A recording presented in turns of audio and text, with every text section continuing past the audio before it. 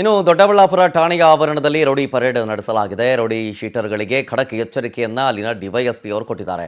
DYSP ಆದಂತಹ ಪಾಂಡುರಂಗ ನೇತೃತ್ವದಲ್ಲಿ ರೌಡಿಗಳ parade ಆಯ್ತು ಇವತ್ತು ದೊಡ್ಡಬಳ್ಳಾಪುರ ಠಾಣೆಯಲ್ಲಿ.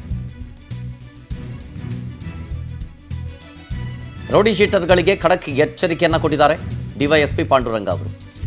ದೊಡ್ಡಬಳ್ಳಾಪುರ ಉಪವಿಭಾಗದ ರೌಡಿಗಳಿಗೆ ವಾರ್ನ್ ಮಾಡಿರೋದು, ಯಾವುದೇ ರೀತಿಯಾದಂತಹ ಕಾನೂನು ಬಾಹಿರ ಚಟುವಟಿಕೆಗಳಲ್ಲಿ ಯಾರಾದರೂ ಭಾಗಿಯಾಗಿರೋದು ಕಂಡು ಬಂದರೆ ಸುಮ್ಮನೆ ಬಿಡೋದಿಲ್ಲ ಅನ್ನೋ ಎಚ್ಚರಿಕೆಯನ್ನು ಕೊಟ್ಟಿದ್ದಾರೆ.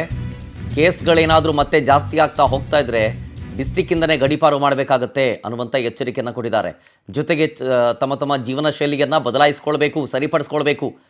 ಹಾಗೇನಾದರೂ ಸರಿಪಡಿಸ್ಕೊಂಡು ಸರಿದಾರಿಯಲ್ಲಿ ನಡೆದರೆ ರೌಡಿ ಪಟ್ಟಿಯಿಂದ ತೆಗೆಸ್ತೀನಿ, ಇಲ್ಲ ಅಂತಂತಂದರೆ ಸುಮ್ಮನೆ ಬಿಡೋದಿಲ್ಲ ಅನ್ನುವಂಥ ಎಚ್ಚರಿಕೆಯನ್ನು ಡಿವೈಎಸ್ಪಿ ಅವರು ಕೊಟ್ಟಿದ್ದಾರೆ. ಅದು ಮಾಡೋದು ಕತೆ ಮಾಡಿದ್ರೆ ಮತ್ತೆ ಗಡಿಪಾರು ಮತ್ತು ಗೂಂಡ ಎಲ್ಲ ಆಗ್ತದೆ. ಕರೆಕ್ಟಾಗಿ 25 ಕೇಸ್ ಅಂದರೆ ನೀವು ಬರೀ ರಿಯಲ್ ಎಸ್ಟೇಟ್ ಮಾಡ್ತಿರೋದು ಜಲ್ದಿ ಮೋಸ ಮಾಡ್ತಾ ಇದೆಯಾ? ಅದೆಲ್ಲ ಮೀಸೆ ಬಂದಿದೆ.